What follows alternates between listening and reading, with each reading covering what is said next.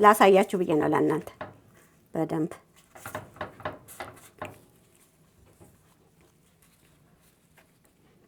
ይኸውላችሁ። አሁን ውሃው ይሄውና ተመልካቾቼ እንደምን ዋላችሁ።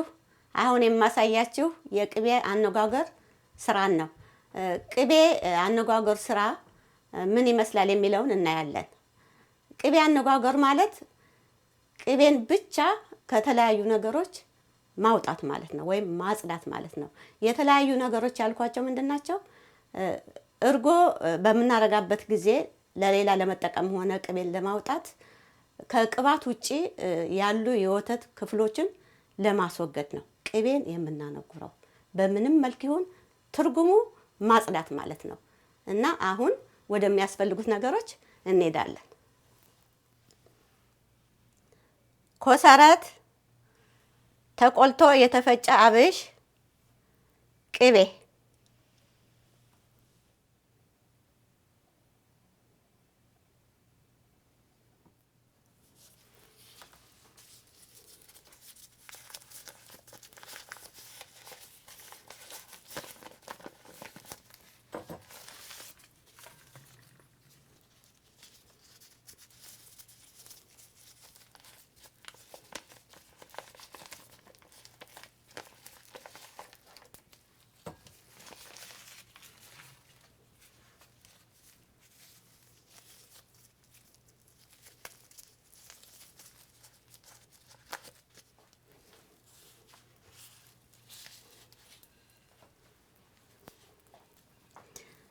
እሺ የፈላ ውሃ አዘጋጅቻለሁ። ምክንያቱም ቅቤው መቅለጥ ስላለበት ማለት ነው።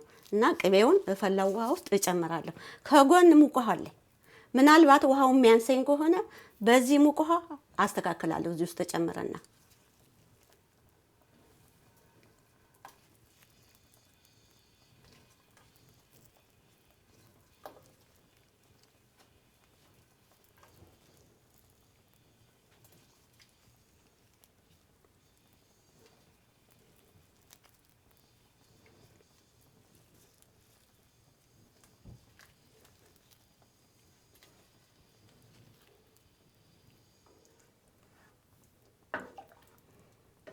እሺ ውሃው እንደውም የሚበቃ ነው የሚመስለው፣ ግን ዘለል እንዲል ትንሽ ልጨምር። በቃ አሁን እስከሚንተከተክ ድረስ እኔ አማስላለሁ፣ እናንተ ቆዩ። እሳቱን ጨመር ላድርግበት።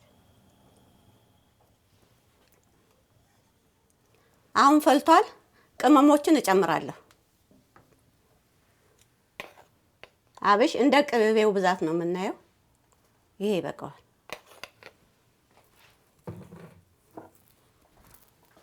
ኮሰረት ትንሽ፣ ምክንያቱም በኋላ ሲነጠርም ይጨመራል።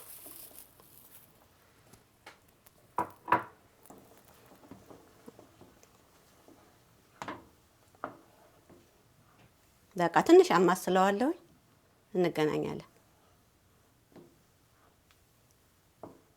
አሁን በደንብ አማስያዋለሁ። ተቀላቅሏል።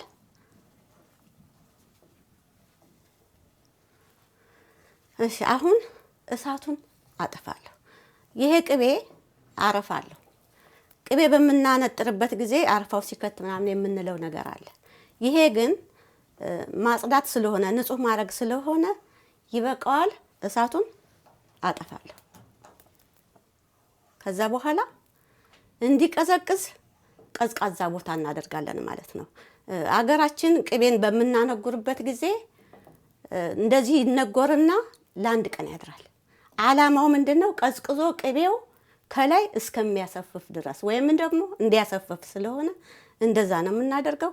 አሁን እኔ ይሄንን አድርጌ ነገ ብዬ ከመጠበቅ እንደ ቪዲዮም አሰራር ለፍጥነትም እንዲጠቅም ፍሪጅ ውስጥ አደርገዋለሁኝ። ቅባት ከላይ የመንሳፈፍ ችሎታ ስላለው ቅባቱ ሲንሳፈፍ ከስር ደግሞ ያላስፈላጊ ነገሮች ካለው ቅቤው እንደ ቅቤው አይነት ይለያያል። ያንን እናስወግድና ቅቤውን ንጹህ አድርገን እናዘጋጃለን ማለት ነው። ጠብቁኝ። እኔ ፍሪጅ ውስጥ ከታለሁ። በአስፈላጊው ሰዓት አመጣና አሳያቸዋለሁ። እንገናኛለን ማለት ነው።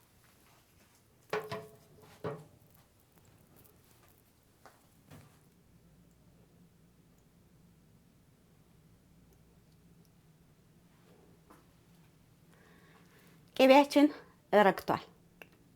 የኛም ዓላማ ቅቤው እንዲረጋና ከስር ያለውን ዝቃጭና ውሃ ለመለየት እንዲመቸን ነው። ስለዚህ በደንብ ነው የረጋው። ያው እንደነገርኳችሁ ፍሪጅ ነው ያረኩት።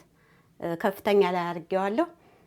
ቅቤ ማታ ተነግሮ ጠዋት የሚባልበት ምክንያት አየሩ ቀዝቃዛ ስለሆነ በቀዝቃዛ ሊረጋ ስለሚችል ነው።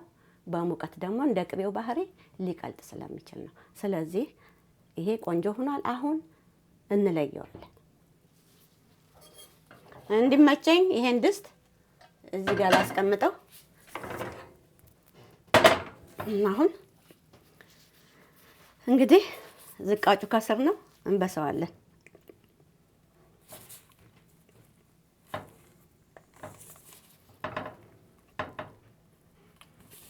ላሳያችሁ ብዬ ነው ለእናንተ በደንብ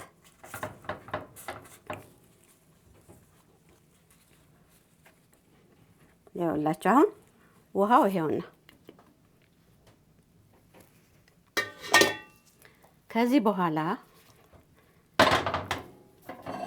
እንዲህ ያደርግና በእጄ እየሰበርኩ አወጣዋለሁኝ እና በጣም አቀዝቅዞታል።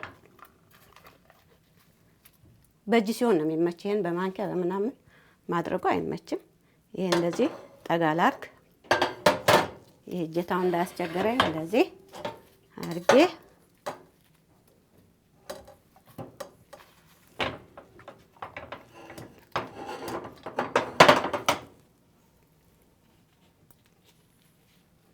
ይሄውና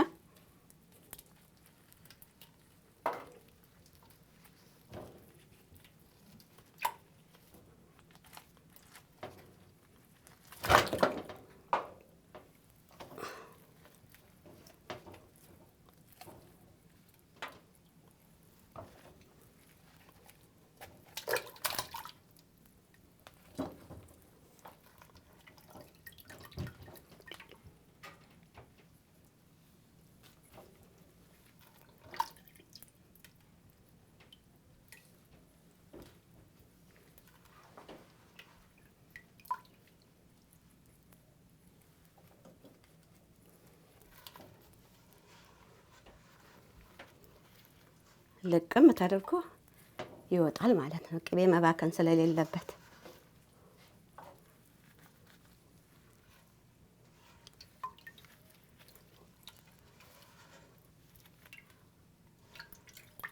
እኔ አጣራለሁኝ።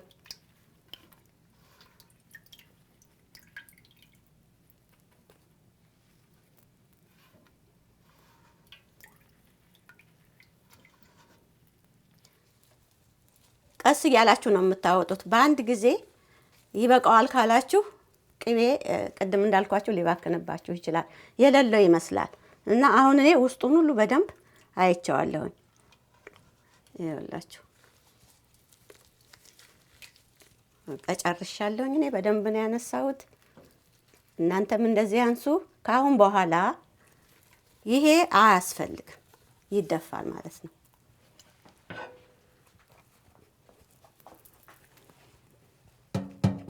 ይኸውላችሁ ምን እንደሚመስል። እንግዲህ ቅቤን ማንጎር የሚያስፈልገው እነዚህ ያላስፈላጊ ነገሮች እንዲወገዱ ነው፣ ንጹህ እንዲሆን ነው።